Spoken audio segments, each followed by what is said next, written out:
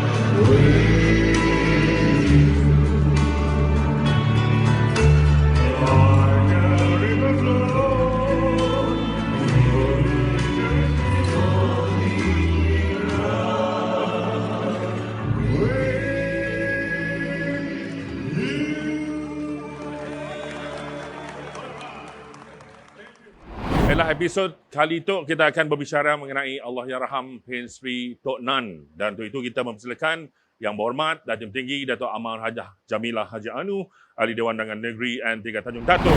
Assalamualaikum. Apa khabar Yang Berhormat Datuk Amal? Waalaikumsalam. Alhamdulillah. Cuba ragu nunggah Datuk Amar, bangun Tok Milah cukup. Tok Milah.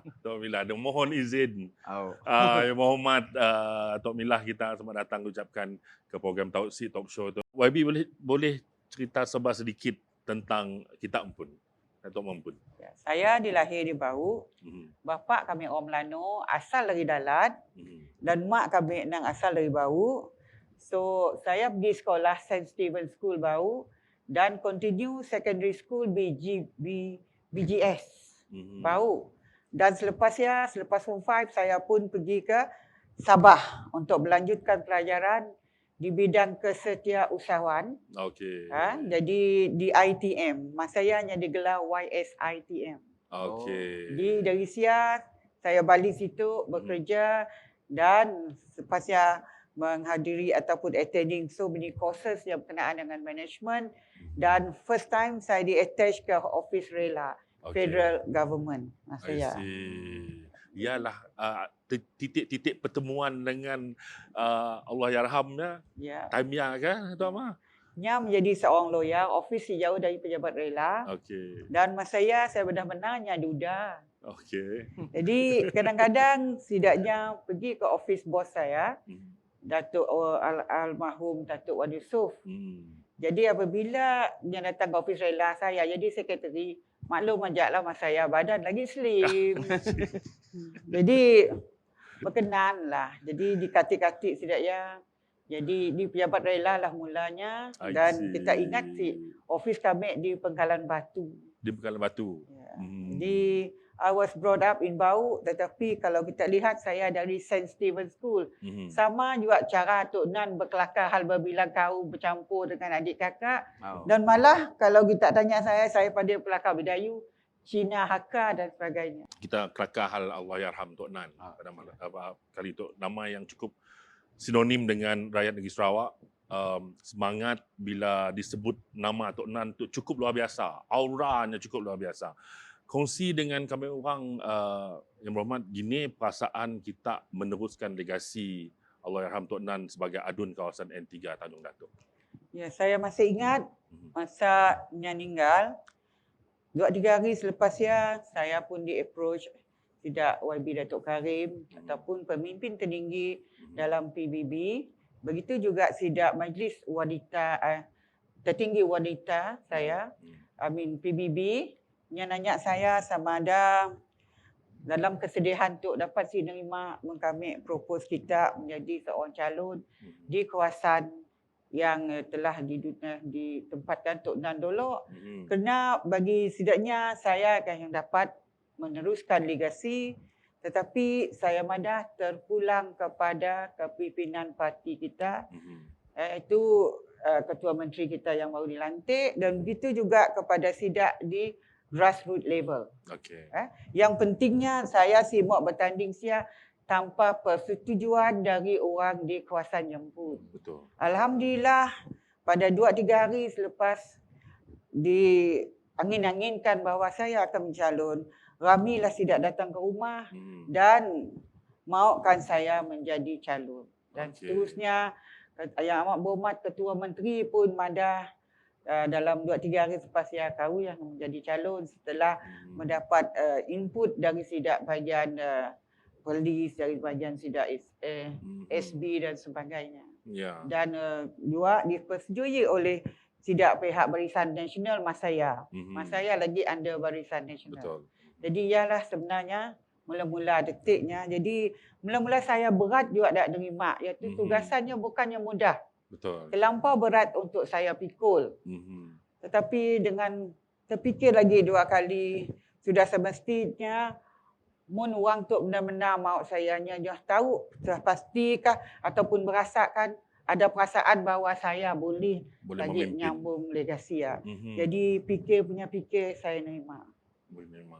Dan bila YB bila by election yang berlangsung dan YB telah pun menang, dan saya kalau silap saya peratusan majoriti yang antara yang paling tinggi dalam Malaysia. YB ya? Saya mendapat undi sebanyak 6,743 undi.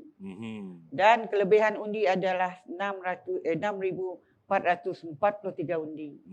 Jadi persentasenya adalah satu, memang benar. Memang yang antara yang amat tinggi. Antara yang amat tinggi, dan itu membuatkan saya bahawa itu bebanannya semakin tinggi. Itu responsibilities is there. Betul. Jadi bukan hanya kita untuk menang kerana menang. Bagi saya tanggungjawab yang besar yang harus dipikul, because I have to go into another bigger shoes. I cannot have a bigger shoes compared to the former, my late husband, itu Tok Nan sebagai ahli adun N3 sebelum itu.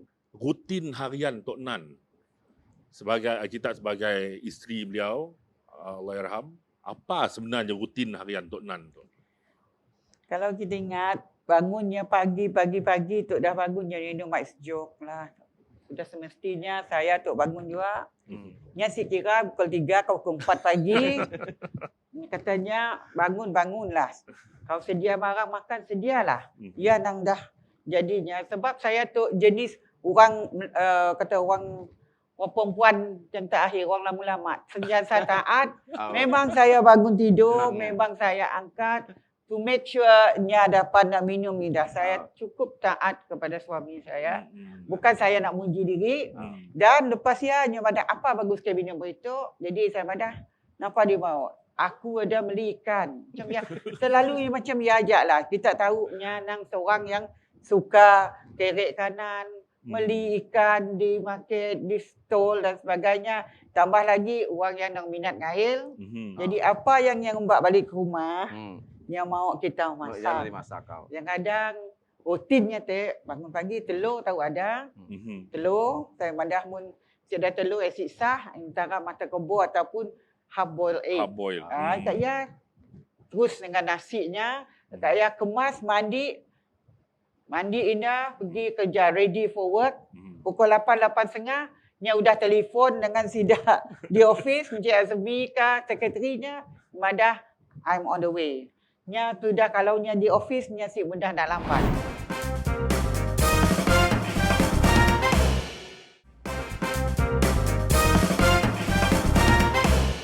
Sama kita juga dalam episod kali itu, kita ada seorang lagi tamu jemputan. Seorang yang sangat rapat dengan Allahyarham Tok Nan, yang paling lama berkhidmat dengan Allahyarham Tok Nan. Kita jemput Tuan Haji Azmi Bujang untuk bersama-sama kita. Assalamualaikum Tuan Haji. Waalaikumsalam. Apa khabar kita? Alhamdulillah. Okey. Terima kasih jemput saya. Sama-sama. Sini kita bertugas ni Tuan Haji? Di Yayasan Sarawak. Di Yayasan Sarawak sebagai pengarah. pengarah lah. Syukurlah. Alhamdulillah. Tuan Haji, tadi dah berbual dengan YB Tok Mila mengenai Allahyarham dan Tok Mila dah cerita mengenai rutin harian Allahyarham Tok Nan. Now kami nak nanya dengan kita, mula-mula kita bekerja dengan bila kita mula bekerja dengan Allahyarham, macam ni kita mula bekerja dengannya. Saya mula-mula bekerja dulu di Pejabat Daerah Semarahan tahun 88. Okay. Tahun ni lah saya disuruh oleh almarhum Pegawai Daerah Haji Abang Wahid. Yang ada mi, kau tu SAO baru, pergi dengan Tok Nan katanya. So dari mula ialah saya start kenal dengannya dan Tok Nan juga bilanya sebulan sekali 2 kalinya akan datang ke Motuang masa saya dengan Tok Mila. Si Datuk suka berlagu malam-malam. Tahun berapa ya Tok Ji? Ya tahun 88 dan 89 90. Okey. Tapi pada 91 saya dapat telefon dari Tok Mila yang ada Tok Nan unggah you ke rumah katanya. Okey. Jadi aku semangat bubuk jantung saya. Jadi datanglah. So bila saya datang ke rumahnya terus yang ada, I want you to become my private secretary. First wordnya keluar. Allahu Akbar. Belumnya nanya apa-apa dulu. Soraya pun dah mengimbau dah Soraya. Mun dah katalah munnya masa hidup kena tu lah dah 30 tahun. 30 tahun. Saya sama dengan meninggal Tok Nan 30 tahun. 30 tahun. Menarik perjalanan kita dengan Allahyarham Tuan Haji.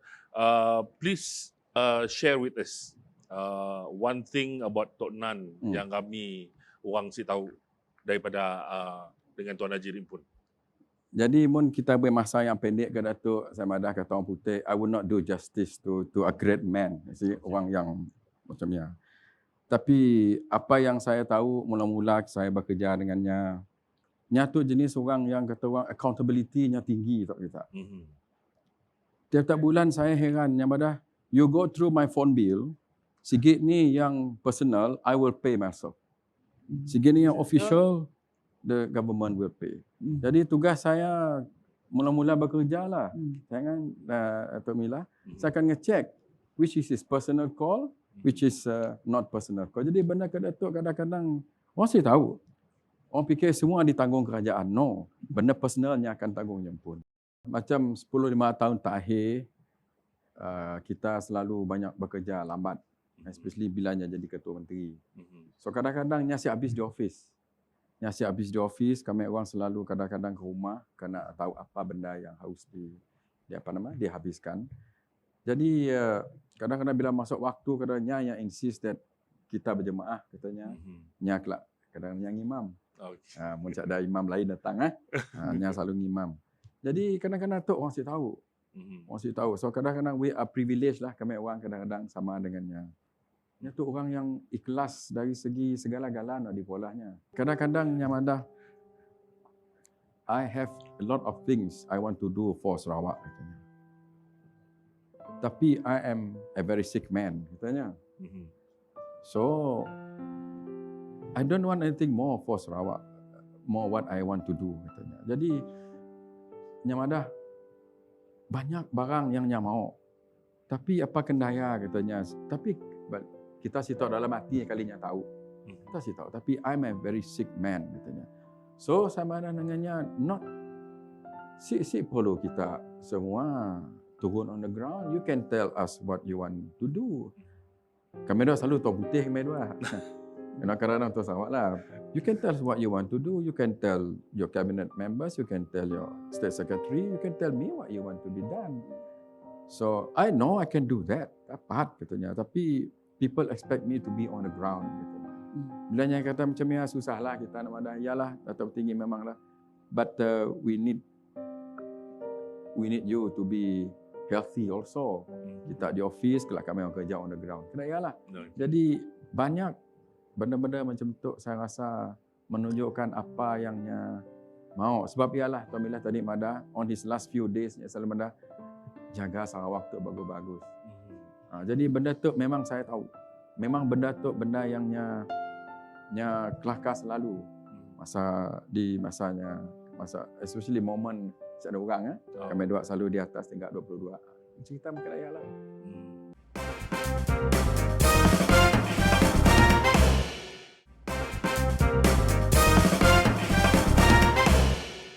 Tuan Haji, the late Tok Nan from your perspective. Nya tu mula-mula saya kenal dengannya nang saya tu sejok kaki sejok tangan kata orang. Sebab kita mula-mula bekerja tu orang madahnya tu jenis yang orang yang no nonsense pun person. No nonsense pun orang katanya. He call a spade ke orang putih. Correct. Mu salah lah ya. No. Two wrongs cannot make a right. Orang kena ya lah.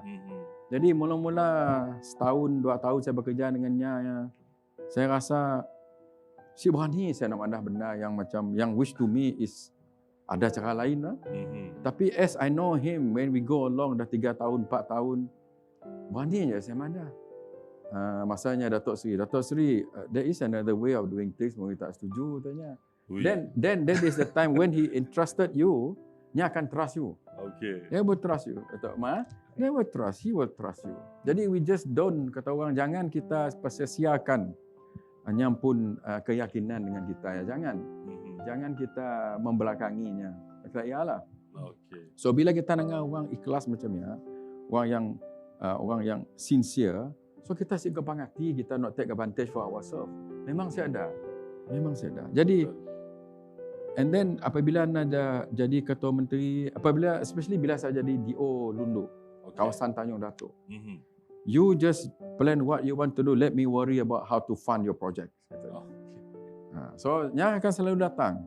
Nya akan telefon pukul 7 pagi. I'll see you at 10 o'clock. Katanya. Cancel lah program hari. Nya akan datang ke office. Nya akan minta dan tahu apa. So that means Tok Nan tu bukan orang yang bila nya beri atau menyetujui, nya seakan apa kata orang, micromanage lagi. Okay. Pukul berapa, di sini. You know all these things. You know what to do. Just tell me the outcome and tell me the impact. The end result. The end result maunya. Nya si maunya, nya bukan jenis orang yang nak tahu the minute things. Nya tahu the overall picture. Nya selalu kira ya. Sama aja masanya ketua menteri, samanya. These are things yang Tuan Haji nya tu orang straightforward lah. Nang antara yang paling bertuah lah, dapat memang bekerja privilege. dengan Memang privilege. banyak yang dipelajari daripada Allahyarham. Yalah, kadang-kadang bila bekerja jadi pengarah hiasan ke pegawai daerah, kadang-kadang orang madah kau beri arahan bunyi Tok Nan. That's a teacher. Jadi saya madah 30 tahun, Bro. 30 tahun. 30 tahun. Jadi kadang-kadang karakter ya saya rasa nak saya tahu lah. You same with me. The same with lah. Ya, masih sama sedikit sebanyak yang memang dia dipengaruhi oleh Allahyarham. Yeah, because The way we work. he's your mentor, so people listen to you and Betul. things that he talk to me, certain things lah. Okay. Jadi benda macam tu kadang kita rasa memang kita privilege lah tu orang beruntung.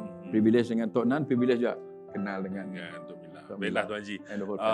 Beliau mengatakan cinta dan kasih sayangnya untuk negeri Sarawak sehingga ke akhir hayat, sehingga ke his last breath, kata orang. Antara kata-kata terakhir Allahyarham ialah jaga Sarawak tu baik-baik. Ya katanya yang berlaku. Kata yang terakhir. Beliau meninggal pada 11 bulan Januari 2017. Ya. Sehari sebelum 10 hari bulan, pada ketika itu pada jam sehari sebelumnya jugalah. Abang Jo dah datang 10 hari bulan. Saya pun petangnya ada tea dengannya, minumlah meriknya, dan fisioterapi pun ada sebelah saya, nurse pun ada. Jadi saya pada Mila, well, you know why I want people of Sarawak to love Sarawak as I love Sarawak. Only if they love Sarawak, they will take good care of Sarawak and they will protect Sarawak.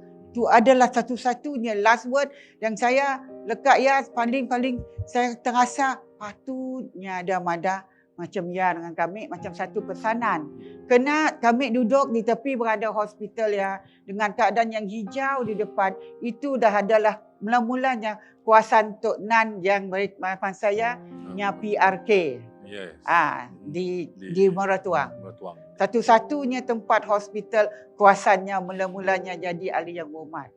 And bagi saya walaupun ketika itu perit, tidak dapat rasa nak terima, tapi Tuhan lebih Tuhan lebih sayangkan almarhum, dan dengan adanya sakitnya memang yang lahir macam ya, jadi alhamdulillah juga kita dapatnya sampainya menjadi seorang ketua menteri, dan kita pun highlightnya madahnya lebih sayang kepada Sarawak, lebih semua tu atas cintanya kepada Sarawak. Dari mula lagi apabila beliau dilantik ataupun lepas angkat sumpah, nya pun duduk depan saya yang mana I want to do something for Sarawakian, for all this while. Bukan hal projek, bukan hal apa. This is all about that you know, you talk about MA 63, that was a time.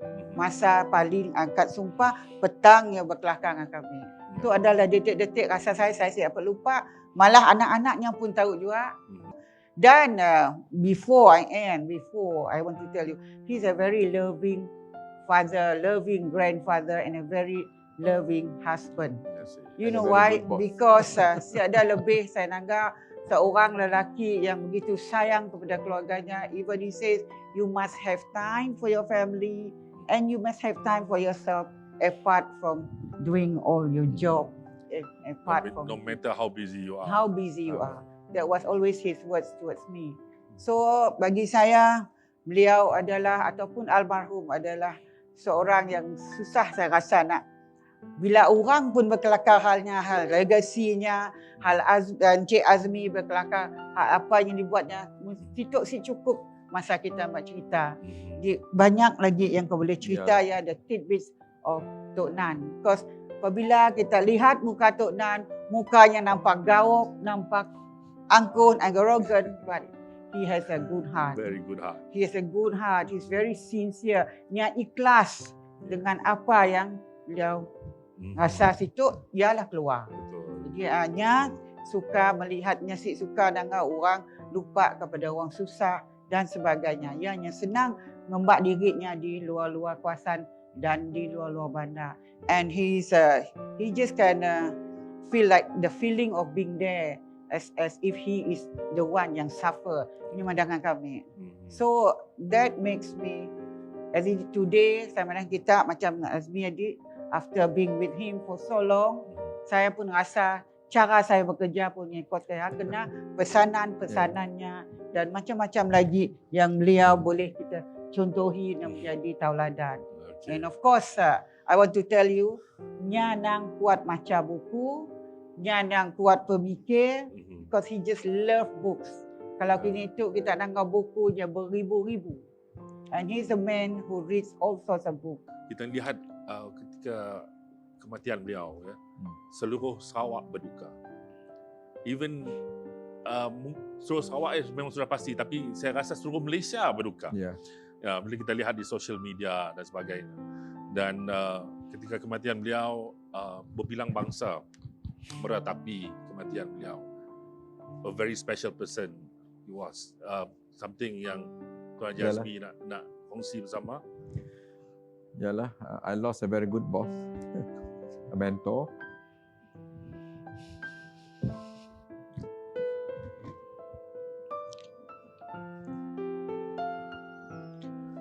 Sedihlah.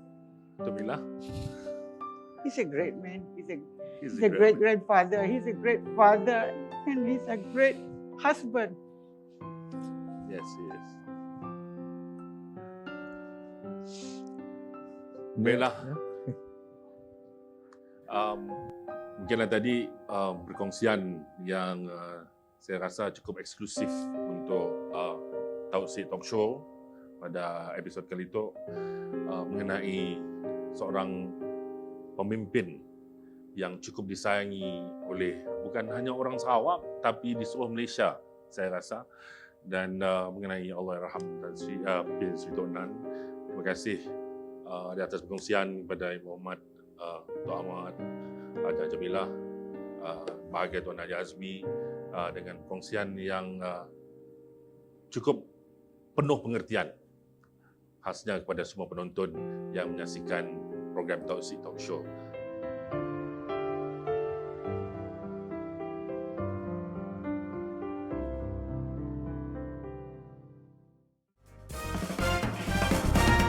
kasih dari Taufik Talk Show.